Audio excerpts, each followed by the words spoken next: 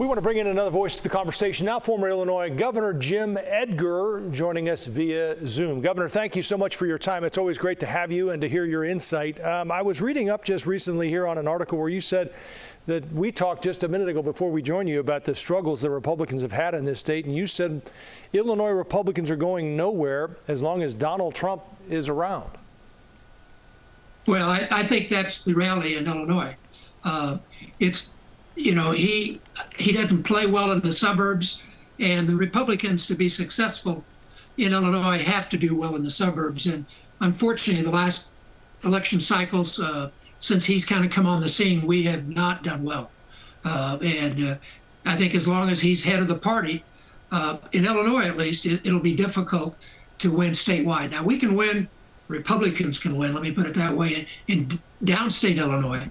But there's not enough people there to win a statewide election. You got to have the suburbs. That's the big part of the state, and Trump just doesn't play well in the suburbs. It's interesting you said we won't win, and then you clarified and said Republicans. Do you not consider yourself a Republican anymore? No, I'm a Republican. I'm a Republican of Eisenhower, Reagan, and Bush. That's a little different than what we have now in the party. It's a Trump party. And so I do have trouble identifying with the Trump party. I still have hope that maybe we could get a little more balance back in the party and be viable in Illinois again. So if we're moving out to the national race, and you've said that you do not support Trump, what do you think, of course it's early tonight, but given the early numbers that are coming in, what do you think will be happening in terms of the support for Trump by the time we get to the end of the night? Well, you have to, you can't tell by just looking at raw numbers. You got to know what counties are in, which ones aren't, compare them in the past. And once I get done here, I'm going to go run in and watch some of the analysis by people who compare it to past elections. I'd say right now, at least at first blush, Trump's doing better than Harris is. And if that continues through the night, it could be close, but close doesn't count in elections. You got to have one over the other person to win. And so right now, I would say the Trump people probably feel a little better than the Harris people, but it's early. And again, we don't know, I don't know at least, where those votes are coming from. Listening to the analysis you just had on you can't really tell how much of those are rural, how much are from the city, how does that compare in the last two presidential elections. But right now, I would say that at least first blush, Trump's having a better night than Harris is. Governor, how do you explain how Donald Trump has been able to do this, considering, I mean, even if you support Donald Trump, you have to admit he's by far the most flawed candidate to run, considering what he's gone through from the impeachments and the trials and everything else. But it's to me, it's amazing that I think people are willing to set much of that aside and get 70 million people voted for him the last time. How do you explain how he's been able to do what he's done after what he's said and done in the past? I can't explain it. I mean, it's completely counter to anything I used to think is what you look for in a public official. I mean, his comments about John McCain back when he first started, I thought that would finish him off. But he just comes up with more outlandish statements. And really, I think anybody else, that probably would cost him the election. I think, unfortunately, maybe people don't expect much from elected officials today. So they don't worry too much about that Trump's being Trump. I think that's unfortunate. I think particularly a president of the United States should be someone that not only maybe you agree on the policy, but it's a person of character, a person you can trust. And it's a good example, particularly for younger generations. And I just don't think Donald Trump does that. But so far, I mean, he almost won last time.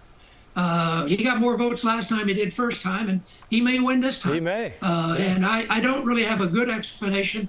And it does, I have to say, as someone who spent most of my career in government, in public service, it's discouraging to see that somebody with that type of character and that type of persona can win for the presidency of the United States. We're not electing a dog catcher. We're electing a guy that represents all of us to the world. And it troubles me.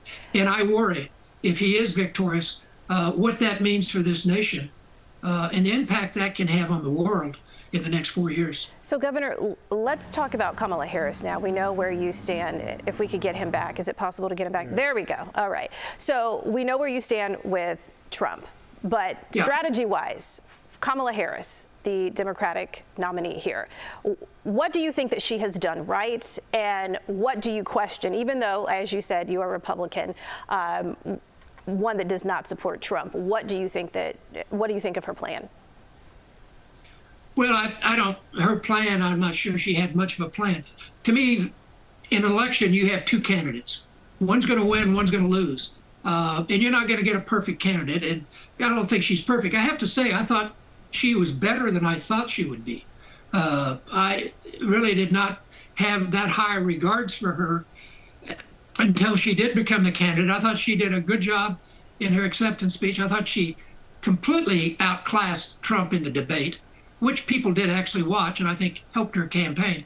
She had a late start, and there was a lot of unhappiness with the Biden administration, and she got blamed for a lot of that. I mean, let's be very truthful. A vice president didn't have a whole lot of say in what a president does, but that's the price you pay if you're the vice president. So I think that a late start probably helped and hurt in some ways, but her association as part of the Biden administration, I think, has probably held her back to some extent. But overall, I think she did much better as a candidate than I thought she would do. And I had no problems voting for her because I don't want to see Trump. And while I don't think she's perfect, I think she'd be far better for the country in the next 4 years than he will be. I hope I'm wrong. If he is elected, I hope he turns out. But I hope that the first time he won, and he was far worse than I thought he would be. And this time there's no guardrails. He's not going to have people around him who might question some of his decisions he had the first time. That does worry me. President's got immense powers. There's a lot of things you don't have to have Congress approve. Nobody approves. You just do it. And I just worry about some of especially some of the ways he's acted here in the last few months, what he might do if he does get back into office again. All right, former Governor Jim Edgar, again, thank you for the time. We appreciate it. And now Good to be with you. Thank you.